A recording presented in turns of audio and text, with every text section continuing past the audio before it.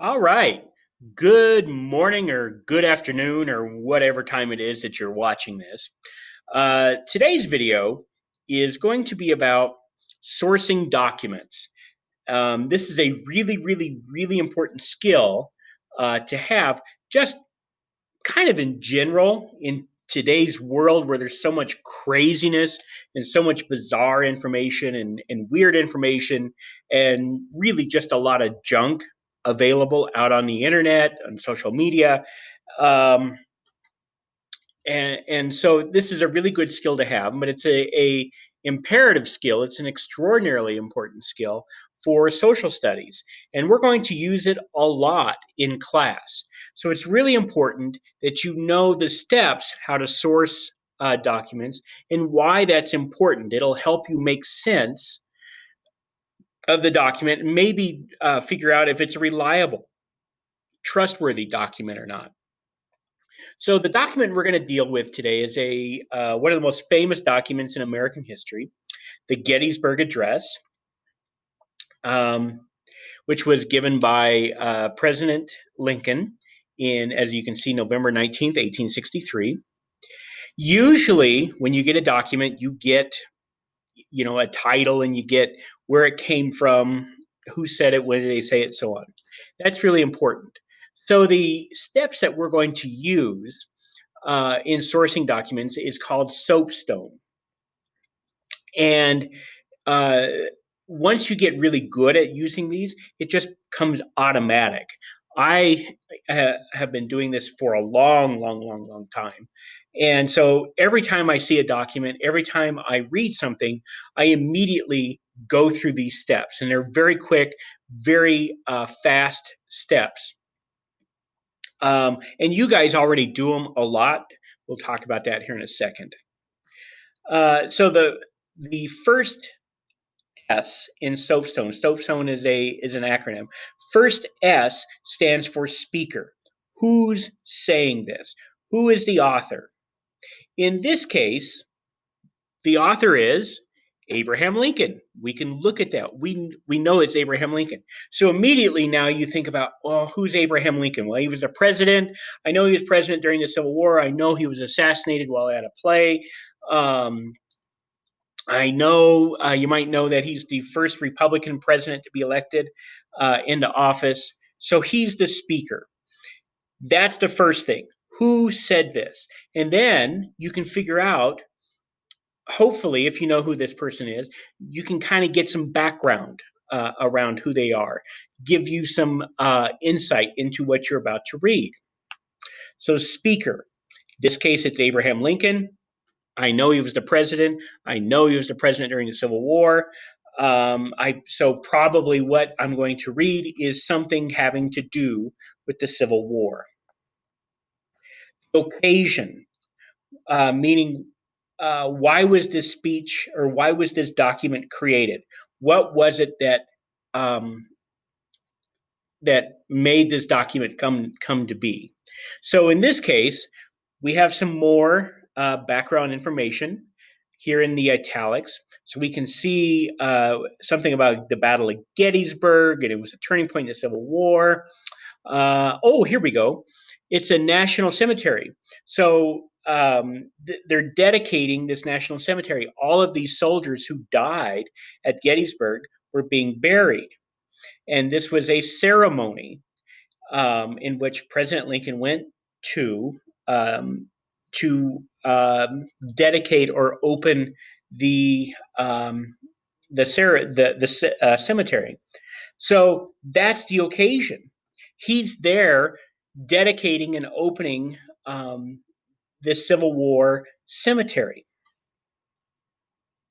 So again, that gives us insight into what he's probably going to say. He's probably going to say something about this battle. He's probably going to say something about the war. And he's probably going to say something about the soldiers.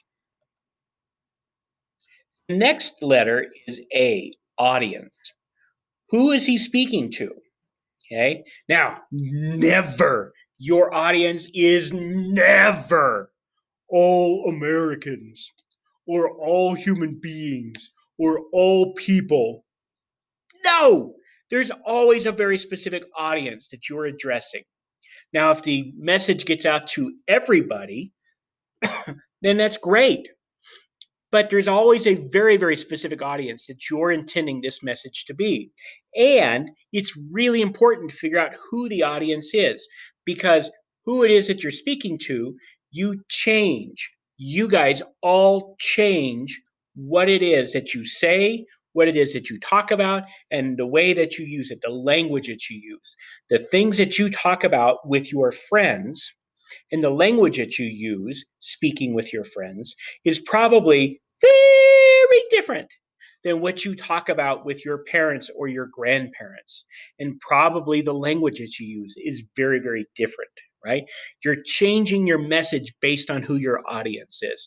So it's really important to know, who is this document intended for? It might get out to everybody. Everybody might find out about it, which is fine. But who initially are you addressing?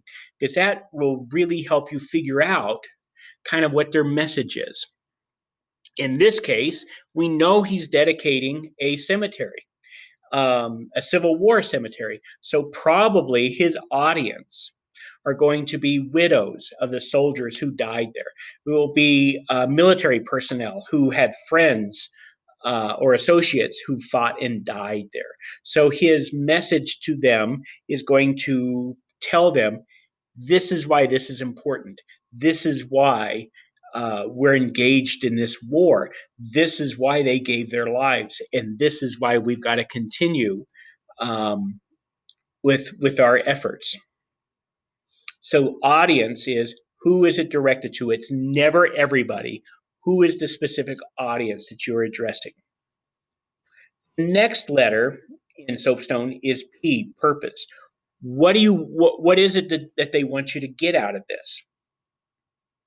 So purpose in for this in this occasion, the purpose of this speech was, if you read it, the purpose of this speech was to tell people, here's why this is important. Here's why we're doing this. This is why we need to support this, and this is why we need to continue this. Okay, and a purpose ties in with your audience, right? Who your audience is directs what your purpose of the statement is. Okay, so purpose. What do you want people to do? Do you want people to get angry? Do you want people to feel proud? Do you want people to be supportive? Do you want people to be upset? Do you want people to take action? What is your purpose? The next letter is subject. Okay, what is it that you're talking about? What is it that they are addressing in this document? If you read the document here, he's addressing the Civil War. He's addressing why we're doing this. The subject is the battle that took place at Gettysburg and the importance that it has in the ultimate goals of the Civil War. And then lastly is tone. What's the tone? Is it sad? Is it happy? Is it funny? Is it um, informative? What's the tone of the message? And tone is something that you can't see it. It's more of a feeling. And if you read this, it is the tone is very much sadness at the number of people that have died, but also resolve. We're going to fight and we're going to continue here because what we're doing is important. So that's the tone. It's sadness and resolve. Okay. And if you can figure these things out as you go through the document, speaker and audience and subject. Subject, you very often you can get the subject just from the title, right? Speaker, audience, subject are things that you should probably figure out before you even read. Okay. Now, this is a process that you guys do all the time and you don't even realize you do it. You guys are masters at this. When you are looking for new music when you're on Spotify or you're on Pandora or you're on whatever, and you're looking for new music, okay, you guys go through this process very, very quickly. Or if you're looking for something to watch on Netflix, you do this process. Okay, you scan uh, movies or songs. You're looking for kind of the genre that you want to watch or listen to, right? So that's the purpose or the subject um, of Soapstone. There, you're looking for the certain genre, and then you look for actors or musicians that you like. That's the speaker. Okay, and then you begin going through their songs or their movies, looking at the titles. Okay, that's the subject. Okay, you're looking at the titles to find movies or songs that you want to listen to. Okay, you guys do these processes all the time. Okay, that you're sourcing songs, you're sourcing movies all the time to find movies, to find shows, to find music that you want. You guys do this process all the time. You're just taking that process and now applying it to historical documents. All right, a couple of more things that are really important in figuring out how truthful or how reliable the documents are. Okay, is it a public or private statement? If it's a public statement, you are more likely not to be fully honest. You're going to be more protective, more guarded about what you say because you don't want to say something that's going to get you in trouble or make other people angry. So you're much more protective, much more guarded if it's a public statement. You may not be completely honest or forthcoming.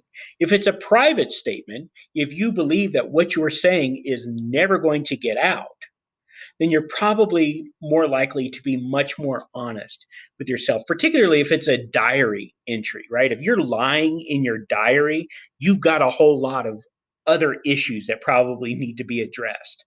Okay.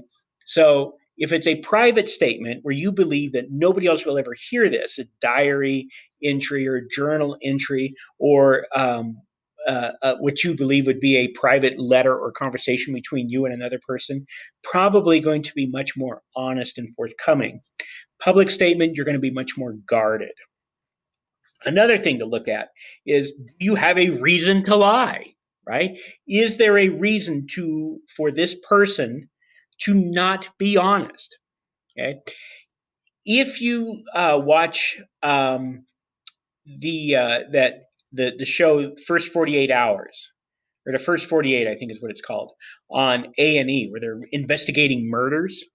Okay, the police, when they start interviewing suspects, they know that whoever they're interviewing, if they have somebody they think committed a murder and they're interviewing that suspect, they know that person has a reason to lie. And so they're going to um, kind of listen or read what they're writing or saying with a filter because they know these people have a reason to lie. And so if you're watching something on the news or you're reading a document from somebody who could be in a lot of trouble, they have a reason to lie. So there's a reason to kind of filter what they're saying.